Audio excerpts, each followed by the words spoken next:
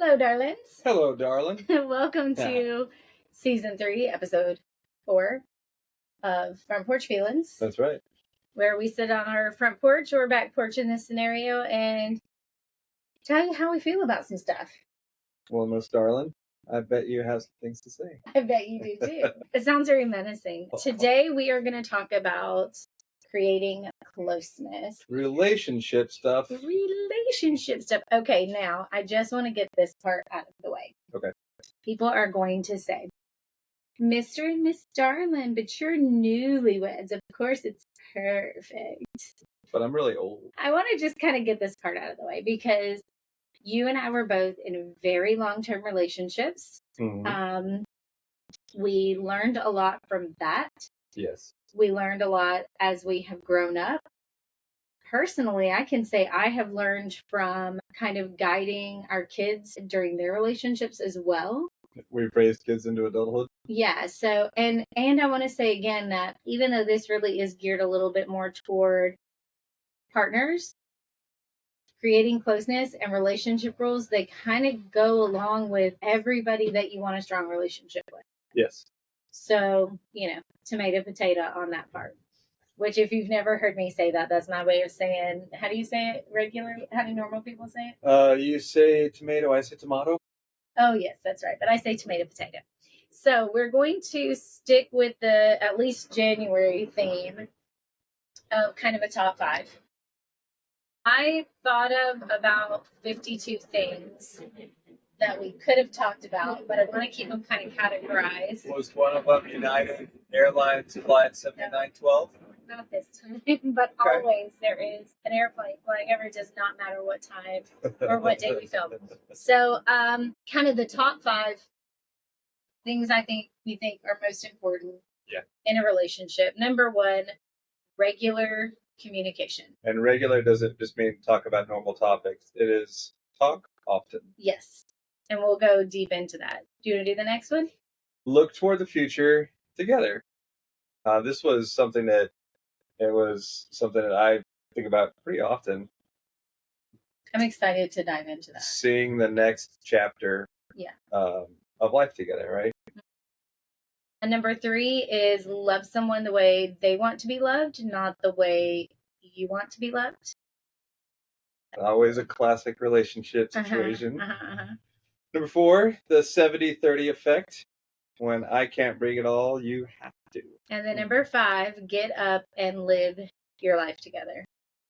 Get out of the couch. Yeah, well, we're going to deep dive into some of these other things. Now, on our notes, there's probably a bunch of stuff that you have never seen before because I did see your face. If you're not watching and you're listening instead. Your shorthand is different than my shorthand. Yeah. So I wanted to tell you that. Is it enciphered? It's not. It's enciphered. I was thinking about what we had talked about and left in our own personal notes. And then I did a Google search because I wanted to see how many of the things that we are going to, we never look for quote unquote answers to what we're going to talk to before we make a plan ourselves. Right. The idea is to talk about it and generate some responses. Right. So we made the plan and I decided I wanted to kind of see what our list was in comparison to what the almighty Google had to say about great marriages and good relationships and things. Which some of the responses are just generated by AI now. In my very limited search, I gave up this search really quickly because I don't know if you know this, but there is a 222 rule. There's a 555, a 777, a 10-10-10. All those are rules. Most of them go along the lines of every 2 weeks go on a date, every 2 months go somewhere overnight, every 2 years take a trip. Or it's, every 5 days go on a date, every 5 weeks go on a trip, every 5 years redo the absolute nonsense on your face. Yeah. What? There's so much of this. There are also the 5 C's and the 5 F's. I didn't dive into that one. There's also the 5-to-1 ratio. There's the 10-minute rule. I mean, there's all this noise, honestly, and there was a time in my life, to be totally just open about it, that I would have read those rules and thought, there it is. That's the pattern to follow. Yeah.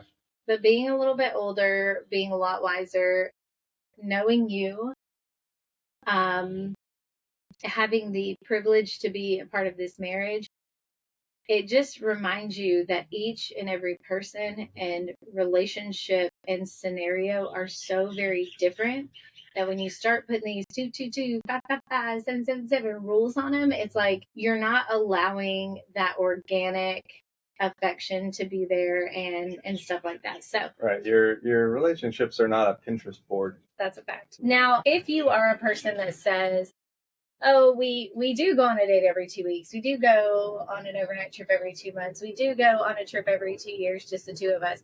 And if that works for you, that's amazing. And honestly, I love, as I've talked about with resolutions, the concept of fitting something onto a list. Yeah. Next to be a list. Next to be a list. But when it came down to it, the reality is it doesn't take anything special or anything that requires extra classes or additional education. I mean, this is pretty common sense stuff on having a good relationship with anybody, specifically a partner. So number one, communicate. Do you want to take this one? Generally, it helps if you start out being honest when you first meet. Thank you. Don't make yourself out to be someone that you're not. Yeah, I mean, that's the whole thing, ain't it? It is. The whole thing. I mean, be honest about who you are and what you want. Now, I will tell you, I've told this story before in other Front Porch Feelings or on, I don't know, different, but I remember the day that I realized I had really driven that open communication point home to our oldest, who is 22. She has been dating this lovely boy for 5 years this week, actually, I think. He's a man now. He's also 22. He's just a kid. He's just a kid. That is considered a man by many years now. That's so rude. How dare you speak to me that way? They're all children's. No, but she's been dating this young man who's so lovely. We adore him. He's such a good boy. And I remember when she was about 18, I walked by her and she was on the telephone. And I know you have heard this story. I think you may have been there. I'm not sure. She was telling him what's up. She tells everybody what's up. But what she said to him was, hey, it's been a little while since you told me that I look nice. And I know that multiple times in the last few weeks, I have put some extra effort into looking nice. You haven't mentioned it. So what I'm telling you is, hear me out. She did not say, you must tell me I look nice. What she said was, I'm telling you that if you think that I look nice and it's in your head, please say it out loud. And I thought, holy moly, she is wise in her many, many years. If I knew who I was at 18, the way she knows who she is and what she wants, it would be a whole different, it'd be a whole different life. Wait, but that might imply that your significant other cannot read. Is that true? I think we're we are a little bit the exception of that because we spend a lot of time with you laugh, but you know I'm right. They happen today where I'll say something. I'll just say something like, oh, we should do this. And you have just from the other room put it in your hand and you're like, yes, maybe we should. Here you go. Or, I don't know. For us, it happens all the time like that. But all jokes aside, yeah, we can't read anybody's mind. And it does not matter how long you've known someone or how many deep, dark, highly joyful moments you've been with them. You need to be telling your partner when you need something. Yeah. All the time.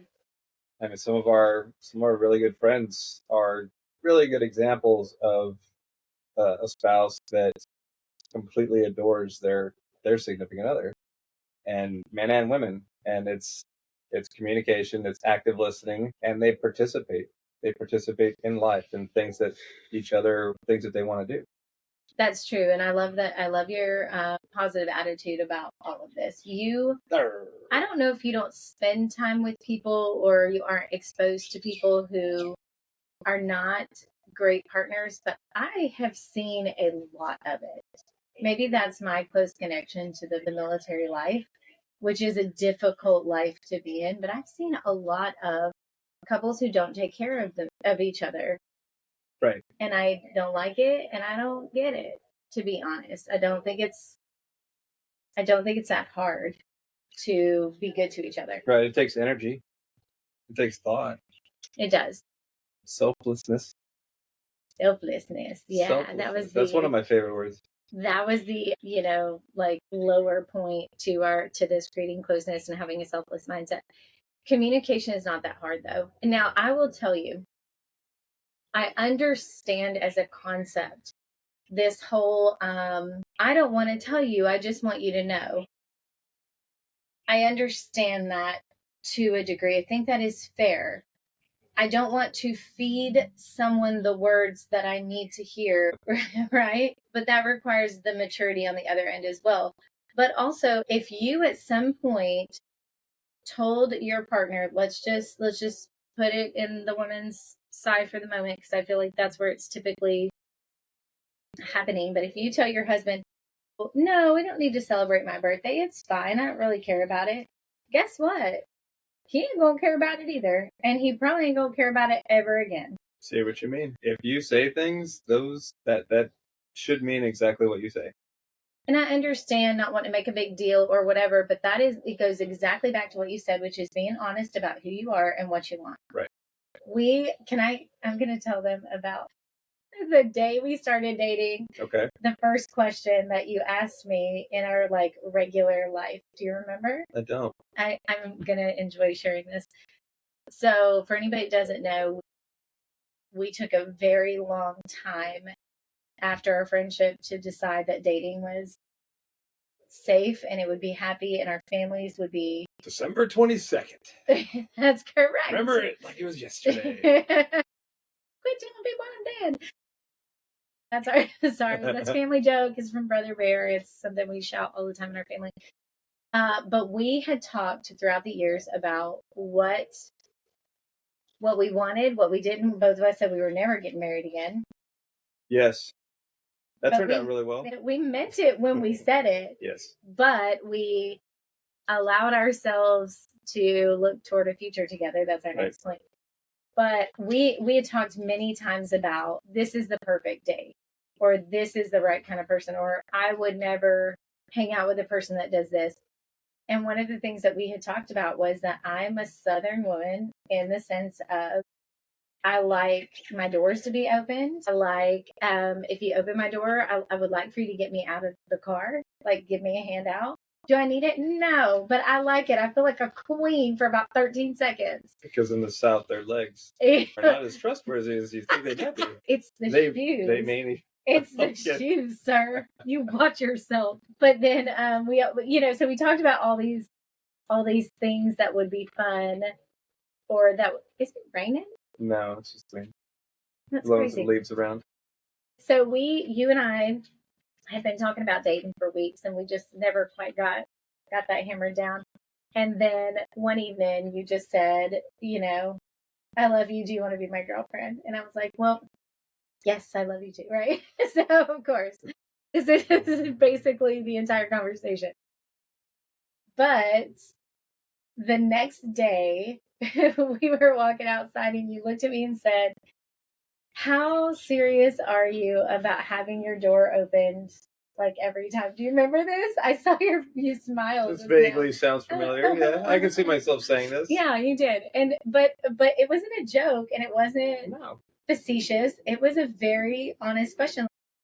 How important actually is this? Because you're a good listener. You're a very good listener. And so you remembered me saying that. And so I took that moment to respond honestly. Real question, real answer, which was not every time, but a lot if that works for you. That's right. And that has set our standard. You do not open the door for me every single time, but about But on occasion, I've been known 85? to touch the door handle before you do. About 85% of the time. You nearly pushed me down one day to get that. Don't open that door. That's when I was feeling funny. You're feeling. Did you eat a clownfish for lunch? This is why. So communicate. Say what you mean what you say. Understand that what you say has consequences one way or the other. Yeah. Don't play stupid games. Don't play stupid games. And listen, do me a favor. In the concept of communicating, please actually listen. And if you get in a situation where you are glazing over and your person is telling you a story and it's going on, or they're talking about stuff that, if we're just being honest, you do not care about, that's fine. But if you're sitting there and you know you're not focused up, just say, hold on a second, I wasn't paying close enough attention. Tell me again. Like, be a good human being. Be a good partner. So, I mean, other than that, I think that's it. That's communication. Right. Just talk. And talk nicely. Yeah.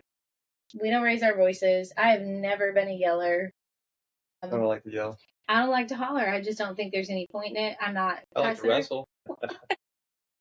I don't holler. I don't cuss. I don't name call. I don't do any of that nonsense because I know I grew up with a dad that was a yeller and a cusser. Right, but it's a choice. And I love my dad, and he was a great dad to us. He's my stepdad. He raised us all, taught me so much about tools and fixing cars, and loved my mama to death, loves my mama to death.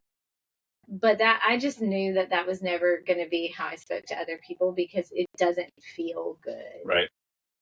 Regardless of how much somebody loves you, it doesn't feel like they love you in that moment. Yeah. All right, we talked about communication a lot.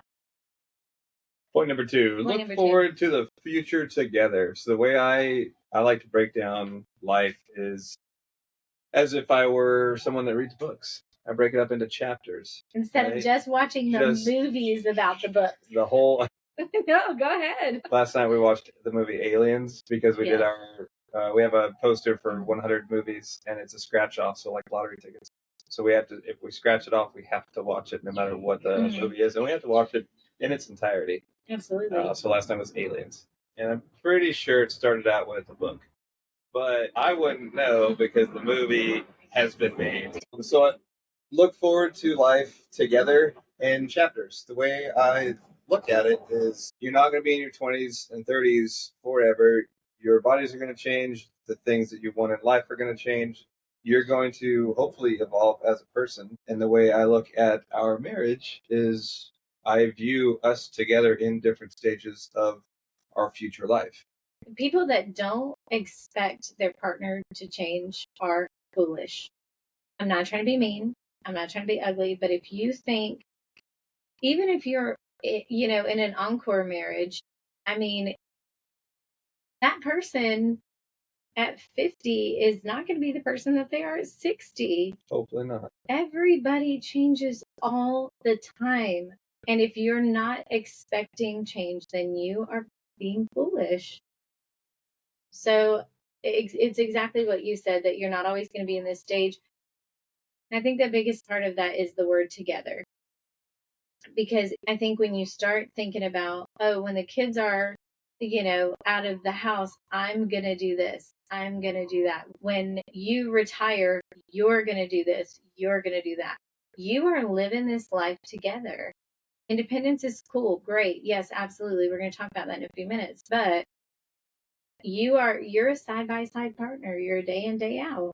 It's a we all the time, no matter what. When I picture traveling together, sometimes with the kids, sometimes without. Yeah, I mean, it doesn't mean you can't do things on your own, but you're going to encounter each season and chapter together. Right. Because these seasons and chapters are not going to be 5 minutes long. They're going to be months or years or decades. I mean, think about it. You have your kids in the house for 2 decades. Hopefully you live 3 to 4 more. Oh, at a minimum. At a minimum. I still have at least 6 decades ahead of me. You got 60 more years ahead of you? I'll push you right along, baby. No. You're gonna keep running. I walk fast. So I like that. Looking forward to the future together, and it's simple, but I think it's a huge deal. When you started talking about it, I thought, "Oh, that's something I imagine your lives together continuously." And understand that changes come in and be ready for it as a team. If you have to, plan how you're going to handle it. Right. Number 3, love someone the way they want to be loved, not the way you want to be loved. This is something I struggled with a lot in my younger years. I don't feel like you've ever struggled with this, though. No, I have. I was dumb. Well, we were all dumb. We were all 20. Yeah. I struggled with this because I thought, for example, and I'm not going to specify, real things, but just kind of, stereotypical things. A love note would make me so happy. I'm going to write you a love note. Preparing this very special meal with candles would make me feel really special. I'm going to do it for you. And it took a long time for me. And this was my kids as well. I'm going to tell you 10 times a day how much I love you because that's what I want you to be doing for me. I'm going to hug you 5 times a day because I want 5 hugs a day. When you start giving your partner, your whoever, what you want, you're being selfish. You're getting what you need under the guise of giving them what they need. And also the person on the other end is like, yay, I love those. Super. And then they go to work and they toss in the trash can because even if they do really appreciate it, it doesn't mean to them what it would mean to you to receive it. Does that make sense? Yeah, in a lot of cases, it's, showing your appreciation to your significant other is, well, one, if you should do it in some way, shape, or form. But if you were actively listening to who they are as a person, then you would know, or you would have some idea of what they might like if you want to show your affection and appreciation for them. And if you don't know, guess what you could do? Ask them. Ask them. Talk. Wouldn't that be nice? And the reality is this: if you're constantly filling your partner's bucket and they're constantly filling your bucket, guess what? Everyone is loved and loved well all the time. So if you haven't been pouring into your partner's bucket lately, it is time. It is past time. It might be dry. And guess what they're giving you when they got nothing in their bucket? Probably not much. Cool. Yeah. Carrots. Both of those are equally terrible. Peeled carrots. Onion peels? Unpeeled. I like how you take a serious topic and add unpeeled carrots. I mean, yeah. Number 4. The 70-30 effect. What is that? Okay, we talked about this the other day, and you always shock me, amaze me, impress me, because men are not like you. Let me just say that. There are very, very few men that are just this top-notch human beings. Thank you for the compliment, but there are a lot of men out there. Some are so terrible. A lot of them are terrible. Some are so terrible, and they're just not doing what they need to be doing. But that's not the point. I'm not a man basher. I have a bunch of brothers, and I've got 2 sets of dads and bonus dads, and you and 2 sons, and it's like, I just want everybody to be stepping up and being the best partner and friend and, everything that they can be. That's just me being me. 70-30 effect. The idea of this is that, when people say, oh, marriage is 50-50, then they want to come back and go, nah, marriage is 100-100. Everybody has to bring 100%. I'm going to argue with that because you know what? I don't have 100% for every single thing that I do ever in a day. I might be able to give my job 100%, but then I might only have 70, for example, for everything else for the day because I have just poured my heart and soul into what I'm doing. So if you have a marriage and you're like, you know what? Today work zapped me. I got 70% to bring to the table tonight. Yeah. Then your partner is going to have to bring the rest of it. And then guess what? Sometimes you're only going to have 10%. I like stepping up to the plate. I know. And you do that without any... It's really fun. I make sure you get vegetables. Drink water. You'll have your water. You'll get a good night's rest. I just think about the days when somebody has had a truly horrible day or something terrible has happened, or it's just like blow upon blow upon blow, and you're like, I've got 10 1%. That's all I have for anything else in this world except to figure out how to breathe in and breathe out every day. And I've been there. And on those days, you brought the other 90%. And I think people forget that. Like, stop expecting your partner to show up every day with 100%. You've got to have their back. Right. We're not robots. We're not robots. Thank you. You say that all the time, and I love it. We have to have each other's back. And guess what? On the days that you only have 30%, I have to bring the rest. And I'm willing to do that because I'm going to see what you have to bring today, and I'm going to have your back. Because we're a team. That's a good way to look at it. It's not that hard. Number 5. Get up and live life together. Mm-hmm. Get off the couch. Get off the couch. Statistically, watching TV together, this is scientifically proven, is one of the least intimate acts a couple can do together. Does that mean that watching your weekly show together can't bring you together? Of course not. We don't watch a lot of TV, but we watch a wide variety of things, and we talk about them a lot, and we laugh together. I could throw the big rectangle in the trash and replace it with easels, and we can paint. We already have a painting project. Paint the shows that we can imagine. Yeah. Do you feel that will essentially storyboard like tonight's episode of somebody come get him? NCIS will be it's just stick figure thing. TV is fun, but you need to get up and actually live. Here's the thing. When you're never doing anything and you're never going anywhere and you're never experiencing anything and you're never actively doing any hobbies, your mind is not stimulated. Not only that, but guess what? You got nothing to talk about. Why? Because it's the same kids you got in this house, complaining about the same things, not cleaning the same rooms, not eating the same food. Yeah, if as a family you're not doing anything besides staying inside and looking at a rectangle, like that becomes mundane. Constant overstimulation is, well, one, it could be addictive. It could lead to all kinds of serious health effects. But also, it's kind of lame. And we're movie watchers, and we love a Brooklyn Nine-Nine all day. Okay. Yep. And we do movie nights with our kids. So at no level am I saying we shouldn't be watching TV.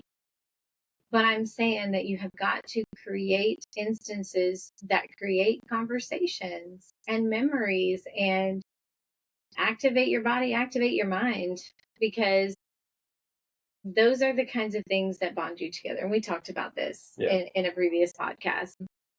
And one of the things that I read in my Google University for a few minutes, trying to figure out what Google thinks is the best relationship advice, was that you should be very independent. Being independent absolutely has value. Of course it does. Be able to live your life and hold your own conversations and have your own hobbies and have your own friends and whatever, if that's your jam. You and I tend to kind of just stick together at the hip, but that's been the whole of our friendship and relationships. Right. That's just us being us. We're pretty heavy extroverts. We just extrovert together all the time. We extroverted and met 10 new friends yesterday. We really did. Like 5 new friends this morning. Literally exchanged information with a whole lot of people in the last 48 hours. But don't get so wrapped up in independence that you don't push yourself to overlap. Okay? Right. You love disc golf. I do. I will play. I'm happy to play. I definitely want to go. You want to go after this? Sure. See how that works, people? See how easy it is? Guess what I'm bringing? Tell them do you have a guess on what I'm bringing with me? You're going to bring a book? I'm going to bring a book. Yeah. And I'm going to walk right along behind you while you throw the discs. I'm going to read the book while you're focusing. And if something cool happens, you'll tell me and I'll watch it. And it's like, it's fun. Do I love disc golf? Nah. Do I have my own disc golf set? Yes, I do, because we go play sometimes. One of my really favorite memories that's not ours, when we were in Augusta, one of my coworkers saw an article, I think it was something on Facebook maybe, that there was a large alligator seen at one of the parks downtown. His wife told him after work, like, let's let's go. Let's take the kids. We have 3 Let's go look kids. at an alligator. Let's go look at this alligator and see if we can find it. You're right. And just to give the kids that solid enrichment of an experience of it's kind of dangerous, but it's just an animal as well. And let's go find it. And it was probably a 10-minute drive and a 10-minute excursion and a 10-minute drive back home. Yep. And they were walking along the dirt road, right? It was around a local pond, and they're looking around left and right, and no alligator at all, right? They're looking in the water, there's nothing there, right? And they cross over a little berm in the road, and it's laying across the entire dirt road, straight out, like over 10 feet long. And they're like, oh, whoa, it's right here. We have found it, right? But all 3 kids got to just watch. I mean, it's a dinosaur. And who doesn't love dinosaurs? And it's just a few minutes to do a thing to have, and I bet they still talk about it. I know I do. I know you do. This is actually, I've heard the story many times, but it gives you stuff to talk about, and it gives you the opportunity to, I find it as a way to show affection. I mean, you are happy to do things by yourself. If I say no, thank you, I don't want to go play disc golf, you'll go by yourself if you really want to go. You don't need me there with you. But I also know that you prefer I'm there. And guess what? I prefer to be hanging out with you, doing whatever it is. So I'm going to go and do whatever my version of participation in it is.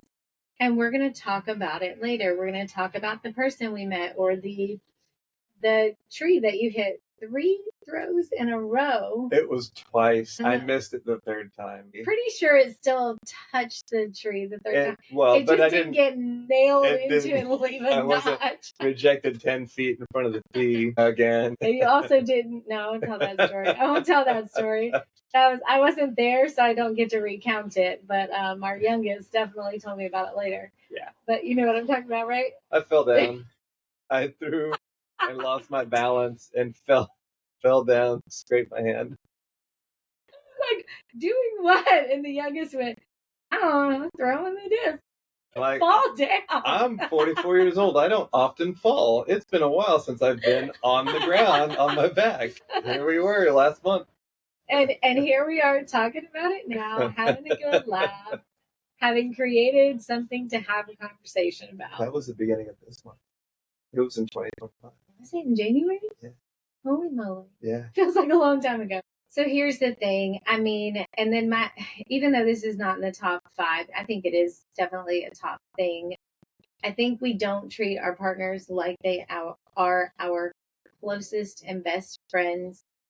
And I don't think we treat them like we could lose them at any moment, the way that we sometimes treat other people. I think when you initially get together, you basically are finding someone that you have a lot in common with, a new best friend. Yeah. That grows into something more. Don't forget that that's how they started out. Yeah, and you know what? I don't want to doomsday it here, but you could lose them. It's true. If you forget their birthdays. Yeah. That one of our folks mentioned that her husband forgot her birthday, and I have not stopped thinking about it. How do you? I can't, because. Please don't forget your person. Don't forget that is your person. That is your counterpart. That is your literal life partner. I could not imagine how I would feel if you forgot my birthday or. I have a pretty strong memory. Ignored something that I said was super important to me, or just disregarded my feelings or insulted me in public. Kids are messing with cats outside. Anyway, I think it's really important to remember that this is the person you picked for life, and they don't have to be with you. So do well by them. Right.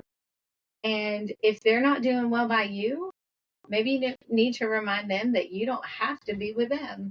Do yourself a favor and appreciate your person. Yeah, and insist that they appreciate you back.